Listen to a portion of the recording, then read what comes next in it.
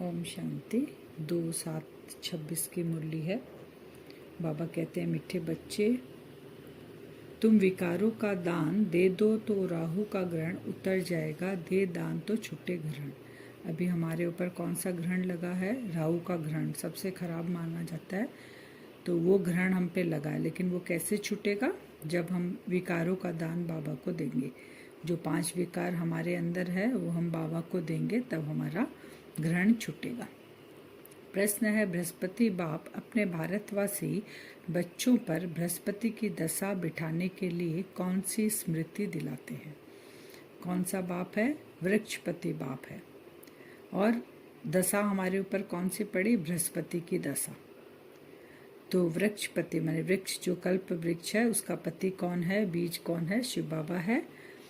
तो हम पर बृहस्पति की दशा बिठाने के लिए बाबा हमको स्मृति दिलाते हैं। उत्तर में, हे भारतवासी बच्चों, तुम्हारा आदि सनातन देवी देवता धर्म अति श्रेष्ठ था। तुम, बाबा याद दिला रहे हैं, तुम सर्वगुण संपन्न 16 कला संपूर्ण थे। तुम मुझ सागर के बच्चे काम चिता पर बैठ काले हो गए हो, ग्रहण लग गया है। अब मैं तुम्हें फिर से गोरा बनाने आया हूँ। यह स्मृति आने से बृहस्पति की दशा बैठ जाती है। विस्मृति हुई तब हम नीचे गिरे। अब स्मृति जब हमें आ जाएगी, हम कौन है? आत्मा है, वृक्षपति के हम बच्चे हैं, तो बृहस्पति की दशा आ जाएगी कि हम ही थे 16 कला संपूर्ण। तो बाबा कहते हैं, ये स्मृति आते ही तुम्हारे ऊपर दशा राहु से बृहस्पति की हो जाएगी। गीत है ओम नमो शिवाय। ओम शांति। ये किसकी महिमा सुनी? ओम नमः शिवाय ये जो है किसके लिए है? शिव बाबा के लिए है। बेहद के बाप की। ऊंचते ऊंच बाप परमपिता परमात्मा ही है। लौकिक बाप के लिए तो सब नहीं कहेंगे। बच्चे जानते हैं सब आत्माओं का पारलौकिक बाप वह है ऊंचते ऊंच। ऊंच से ऊंच बेहद का बाप कौन है? लौकिक बाप को नहीं कहेंगे, वो है शिव बाबा, पारलौकिक बाप। उनका नाम ही है शिव।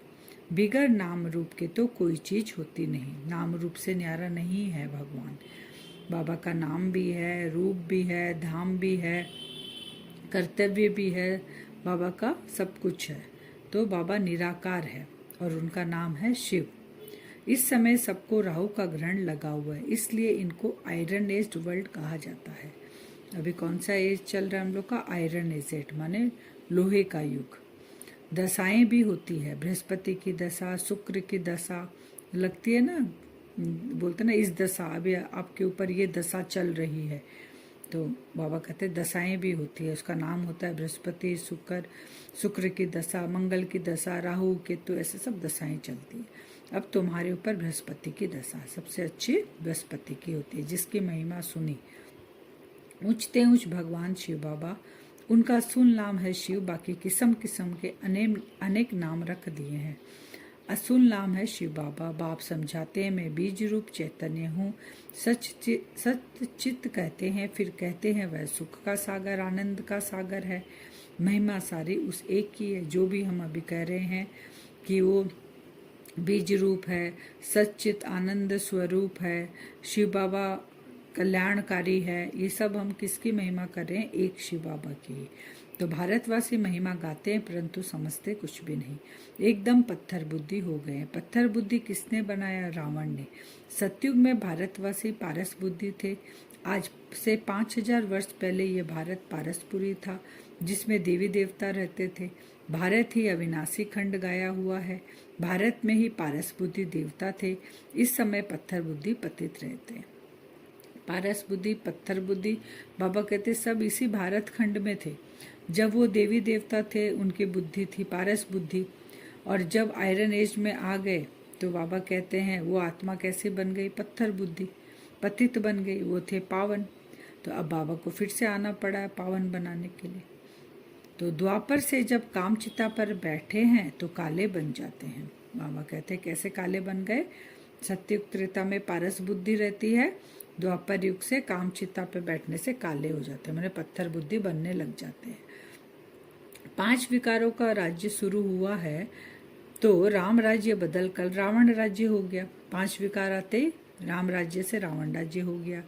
पारस बुद्धि से पत्थर बुद्धि हो गए, पावन से पतित हो गए। तो अभी ग्रहण लगा हुआ है, बिल्कुल ही भारत काला हो गया है। बृहस्पति की दशा सबसे अच्छी होती है। भारत पर बृहस्पति की दशा सतयुग में थी, फिर त्रेता में बाबा कहते हैं शुक्र की दशा, तो 2 कला कम हो गई, 16 कला से 14 कला हो गई। तो बाबा बोले दशा भी चेंज हो गई, बृहस्पति से शुक्र की हो गई त्रेता में। उसको कहा ही जाता है सिल्वर एज।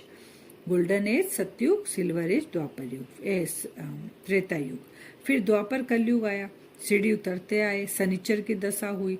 इस समय सब पर राहु की दशा है। सूर्य को ग्रहण लगता है तो कहते हैं दे दान तो छूटे ग्रहण। जब सूर्य ग्रहण होता है तो क्या बोलते हैं, जब ग्रहण लगता है तो दान देने से बोलते हैं वो ग्रहण का असर नहीं होता। तो बाबा कहते तुमको भी अभी ग्रहण लगा हुआ है राहु का, तो तुमको भी दान देना है। अब रूहानी बाप बच्चों को समझाते हैं यह रूहानी ज्ञान, यह कोई शास्त्रों का ज्ञान नहीं है। शास्त्रों के ज्ञान को तो भक्ति मार्ग कहा जाता है। बाबा जो हमें रूह को, आत्माओं को जो ज्ञान दे रहे हैं, ये ज्ञान बाबा कहते हैं शास्त्रों का नहीं है। शास्त्रों का ज्ञान क्या होता है, भक्ति। उससे भक्ति माने जिनकी पूजा कर रहे हैं, जिनके बारे में सुन रहे हैं, जिनको पुकार रहे हैं, उनको जानते नहीं है, वो है भक्ति। और रूहानी ज्ञान क्या है, खुद को भी पहचानते हैं, जो बाबा हमें समझा रहे हैं उसको भी पहचानते हैं, और बाबा जो हमें श्रीमत देते हैं उस पर हम चलते हैं, धारण करते हैं उसको। तो सतयुग त्रेता में भक्ति होती नहीं, ज्ञान और भक्ति। फिर है वैराग्य, अर्थात इस पुरानी दुनिया को छोड़ना होता है। बाबा कहते हैं लास्ट में क्या आएगा, वैराग्य। पुरानी दुनिया के बारे में पता चल जाएगा कि हम इतने दिन क्या थे, देह में आने के कारण ऐसी दशा हमारे ऊपर लग गई। अब देही अभिमानी स्थिति में रहेंगे, बाबा की श्रीमत पर चलेंगे तो वैराग्य आएगा पुरानी दुनिया से हमको। यह है शूद्रवर्ण, विराट रूप दिखाते हैं ब्राह्मण, देवता, क्षत्रिय, वैश्य। यह भारत की ही कहानी है। बाबा कहते हैं ये जो भी दिखा रहे हैं विराट रूप वर्ण का बताते हैं, फिर पारस बुद्धि, पत्थर बुद्धि, सतयुग से लेकर द्वापर कलयुग, ये पूरा भारत का ही बताते हैं, क्योंकि शिव बाबा का जन्म भारत पे ही होता है, बाबा का अवतरण यहीं पर ही होता है। यह अविनाशी खंड है। यह राजयोग कौन सिखाते हैं, शिवाचार्य। यह है ज्ञान का सागर। हम जो राजयोग अभी सीख रहे हैं, जिससे पत्थर से पारस हम बन रहे, ये सिखाने वाला कौन है, शिव आचार्य, शिव बाबा, जिसे हम ज्ञान का सागर कहते हैं। उनके अंदर सारा ज्ञान नुद है। उसको लिबरेटर, बाबा सर्व का लिबरेटर एक ही बाप है। बाप खुद ही आते हैं दुख में रावण से लिबरेट करने, फिर गाइड बन ले जाते हैं। सर्व का लिबरेटर एक शिव बाबा ही है, क्योंकि वो ही जन्म मरण रहित है। वो गर्भ से जन्म उनका नहीं होता, अवतरण होता है। तो वही सभी मनुष्य आत्माओं को, प्रकृति सहित पूरे विश्व को लिबरेट करते हैं दुख से। दुख में लिबरेट करते हैं, फिर गाइड बनकर ले जाते हैं। उनको रूहानी पंडा कहा जाता है, क्योंकि रास्ता बताते हैं ना, वो परम धाम का, शांति धाम का, सतयुग का, कैसे हम वहाँ पहुँचेंगे। बाप कहते हैं मैं तुम सर्व आत्माओं का पंडा हूँ, सबको वापस ले जाऊंगा। मोस्ट बिलीवेड बाप हुआ, सब आशिकों का मासूक। बाबा कहते हैं एक ही है। सब नेशन में लिंग जरूर बनाते हैं, क्योंकि सबका बाप है ना। शिव के मंदिर भारत में बहुत है, जिसको शिवालय कहते हैं, रहने का स्थान है। बाबा कहते हैं कैसे याद करना है बाबा को, आशिक बनकर बाबा को, उस मासूक को याद करना है।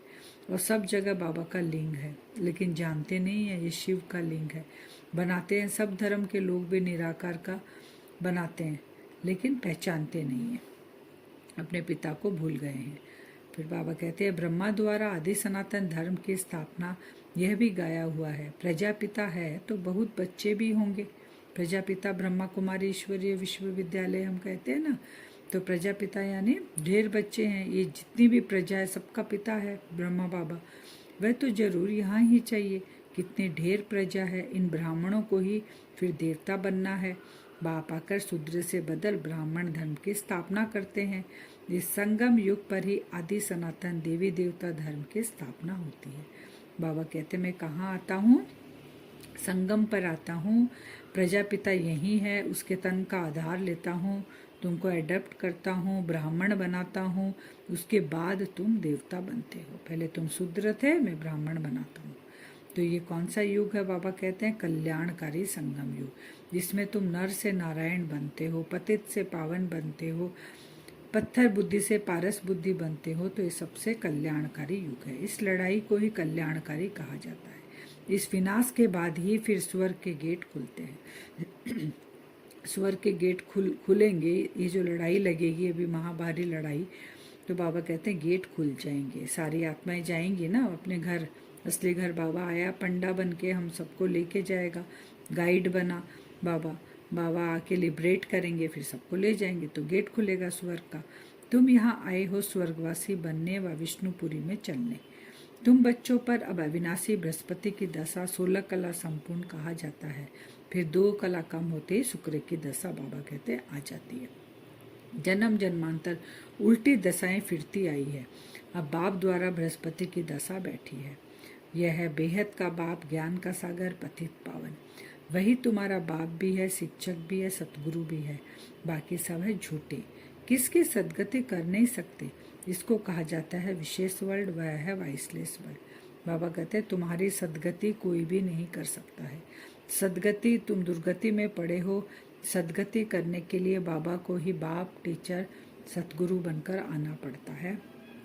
और बाबा ही हमें, जो उल्टी दशा हमारे ऊपर लग गई थी, सुल्टी दशा माने बृहस्पति की दशा लगती है, और बाबा कहते हैं तुम विशेष वर्ल्ड से वाइसलेस वर्ल्ड में चले जाते हो। लड़ाई, मारामारी, क्या क्या हो रहा है यहाँ पर, इसको कहा जाता है खूने नायक। बिगर कोई कसूर के क्या क्या करते रहते हैं। एक ही बॉम्ब ऐसा गिराएंगे जो झट सारे खलास हो जाए। यह वही संगम युग का समय है। तुम देवताओं के लिए फिर नई दुनिया चाहिए। तो अब बाप कहते हैं मीठे मीठे बच्चे, मन मना भाव। ये कौन से बाप ने कहा? शिव बाबा ने। यह तो है निराकार। यूं निराकार तो तुम भी हो, परंतु तुम पुनर्जन्म में आते हो। शिव बाबा निराकार है, हम आत्माओं का पिता। हम आत्माएं भी निराकार है, लेकिन हमारा पुनर्जन्म होता है। बाबा एक ही बार संगम पर आते हैं। फिर बाबा कहते हैं कि दिल्ली में जैसे मुगल गार्डन देखा, कितना अच्छा है, उससे बड़ा कोई गार्डन नहीं। फॉरेस्ट देखो कितना बड़ा होता है, सतयुगी गार्डन भी बहुत छोटा है। फिर वृद्धि को पाते पाते बड़ा हो जाता है। सतयुग में भी छोटा सा रहता है, फिर धीरे धीरे वो गार्डन बड़ा होता है। गार्डन बड़ा होते होते फिर उसमें कांटे आने लग जाते हैं द्वापर युग से। तो बाबा कहते हैं गार्डन छोटा होता है, जंगल हमेशा बड़ा होता है। तो वैसे ही और आत्माएं आती है, पॉपुलेशन बढ़ती जाती है। तो यहाँ पे भी क्या हो गया, धीरे धीरे फूलों के बगीचे से आज कांटों का जंगल बन गया है। रावण ने आने से कांटे बन जाते हैं। यह है कांटों का जंगल। आपस में लड़ते हैं तो एक दो को मारते हैं। कितना क्रोध, बंदर से भी बदतर कहा जाता है। तो बाप कहते हैं पतित से पावन बनना है। कैसे बनेंगे? क्या त्रिवेणी में, गंगा में स्नान करने से पावन बन जाएंगे? बाबा बता रहे पावन तुम कैसे बनोगे? नदी में, त्रिवेणी में। बाबा कहते बहुत जगह पानी है, नदियां हैं, नाले हैं, तालाब है, जहाँ पानी देखा स्नान करते हैं। क्या इससे पावन बन जाएंगे? अब पारसनाथ तुम्हारी पारस बुद्धि बना रहे हैं, तो ऐसे पारसनाथ बाप को कितना प्यार से याद करना चाहिए। याद से हम बनेंगे पावन, और कोई भी तरीका नहीं है। आज का वरदान है संगम युग पर हर कर्म कला के रूप में करने वाले 16 कला संपन्न भव। संगम युग पर हमारा जो भी कर्म हम करते हैं वो एक एक कलाएं बनेगी, 16 कला संपन्न हम बन जाएंगे। अब उसमें क्या है, हमारा उठना बैठना देवताओं का कैसा होता है, चेहरा, चलन, हाव भाव, चलना, देखना, बोलना, सुनना, ये सब हमारे एक एक कला है। तो संगम युग विशेष कर्म रूपी कला दिखाने का युग है। जिनका हर कर्म कला के रूप में होता है, उनके हर कर्म का व गुणों का गायन होता है। 16 कला संपन्न अर्थात हर चलन संपूर्ण कला के रूप में दिखाई दे, यही संपूर्ण स्टेज की निशानी है। जैसे साकार के बोलने चलने सभी में विशेषता देखी, तो यह कला हुई। उठने बैठने की कला, देखने की कला, चलने की कला थी, सभी में न्यारापन और विशेषता थी। तो ऐसे फॉलो फादर कर 16 कला संपन्न बनो। स्लोगन, पावरफुल वह है जो फौरन परख कर फैसला कर दे। कौन है पावरफुल? क्योंकि बाबा ने हमें 8 शक्तियाँ दी है। तो बाबा से अगर अब वो 8 शक्तियाँ हमारे अंदर है तो हम पावरफुल आत्माएं हैं। सामने क्या आया है उसको तुरंत परखेंगे और फैसला लेंगे, क्योंकि हमारे अंदर वो शक्तियां हैं। तो पावरफुल वह है जो फौरन परख कर फैसला कर दे। अव्यक्त सारे ज्वालामुखी ज्वाला स्वरूप स्थिति में रह शक्तिशाली याद का अनुभव करो। आप बच्चों का योग जब ज्वाला स्वरूप शक्तिशाली होगा तब पवित्रता की अग्नि सेकंड में विश्व के किचड़े को भस्म कर देगी। कैसा होगा? शक्तिशाली होगा हमारा ज्वाला स्वरूप, तब किचड़े को भस्म कर देगी। पवित्रता की यह शक्ति महान शक्ति है। कौन सी शक्ति है हमारे पास? पवित्रता की। अंत में जब आप संपूर्ण पवित्र हो जाएंगे तब आपके श्रेष्ठ संकल्प के लगन की अग्नि से यह सब किचड़ा भस्म हो जाएगा। अब हम वरदान से योग करेंगे। अपने आप को देखेंगे भ्रकुटी सिंहासन पर। मैं आत्मा चमक रही हूँ।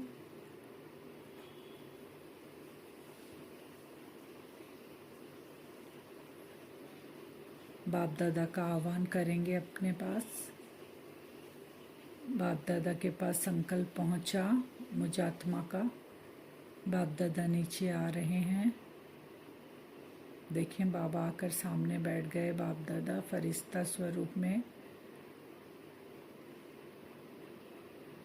बाबा से पावरफुल दृष्टि लेंगे। बाबा का एक वरदानी हाथ सर के ऊपर है। वरदानों से भरपूर कर रहे हैं बाबा मुझे और पावरफुल दृष्टि दे रहे हैं। भ्रकुटी सिंहासन पर आत्मा बैठी है। मैं ब्राह्मण आत्मा, ब्राह्मण सो फरिश्ता, फरिश्ता सो देवता बनने वाली आत्मा। बाबा से पावरफुल किरणें मुझ आत्मा के अंदर जा रही है। मुझ आत्मा के अंदर जो भी देह का भान है या देह का अभिमान है वो सब धीरे धीरे खत्म हो रहा है।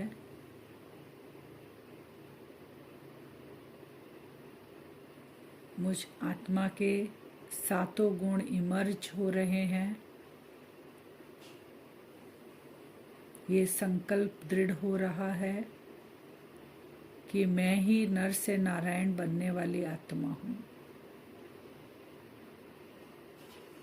मुझ आत्मा का अभी का एक एक कार्य, एक एक व्यवहार जो है एक एक कला के रूप में संपन्न होगा। उसके लिए बाबा से पावरफुल किरणें लें। लौकिकता का सारा भान धीरे धीरे खत्म हो रहा है। मैं रूहानी आत्मा हूँ, शिव बाबा का बच्चा हूँ।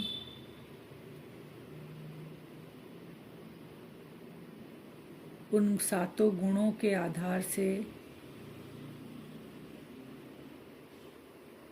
मुझ आत्मा के अंदर वो 16 कला संपूर्ण देवीय संस्कार धीरे धीरे इमर्ज हो रहे हैं।